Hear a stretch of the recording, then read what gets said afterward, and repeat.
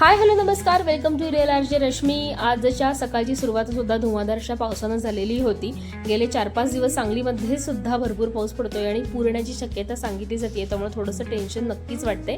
त्यानंतर घरातलं सगळं काम आवरलं व्यवस्थितपणे, टिफिन घेतला आणि मी गेलेले होते कार्यक्रमासाठी. आज डोहाळ जेवणाचा कार्यक्रम होता. माझ्या पाठीमागे बघू शकता, खूप छान असं डेकोरेशन केलेलं आहे, सुंदर असा हॉल आणि या हॉलमधलं हे डेकोरेशन.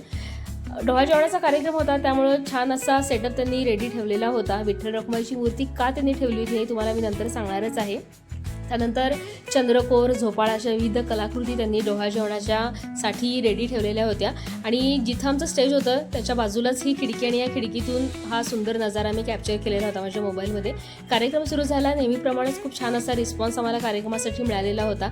आणि ही चिमुरडी आमचं गाणं ऐकून एक गाणं सादर करण्यासाठी स्टेजवरती आलेली होती. आणि विठ्ठल रखुमाईची मूर्ती का ठेवली होती तर मुलगा होणार की मुलगी हे करायसाठी हे ॲक्च्युली सेटअप होता. आणि अर्थातच विठ्ठलाची मूर्ती त्यांनी काढली यावरून आपण अंदाज नक्कीच लावू शकतो. त्यानंतर थोडीशी भूक होती म्हणून आम्ही येतानाच एका भडंग सेंटरवरती थांबलेलो होतो. चटपटीत असा भडंग, कांदा, हिरवी मिरची, शेंगदाणे असं घालून आम्हाला त्यांनी छानपैकी सजवून दिलेलं होतं. मस्त असा भडंग खाल्ला. त्यासोबतच आम्ही अर्थात चहासुद्धा पिला, कारण पावसाळी हवा म्हणजे चहा तर पाहिजेच. त्यानंतर आवरलं आणि घरी आम्ही निघालो. माझ्या चेहऱ्यानं बघू शकता की मला किती कंटाळा आलेला आहे.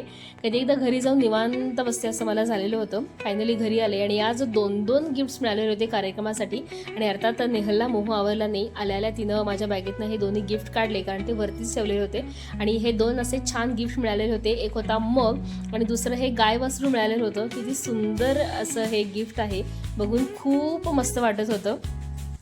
नंतर नेहलनं छान असा पेरूचा चाट केलेला होता, तर झटपटीत असा चाट खाल्ला. खूप सुंदर तिनं केलेला होता आणि आता रेस्ट घेणार आहे मी.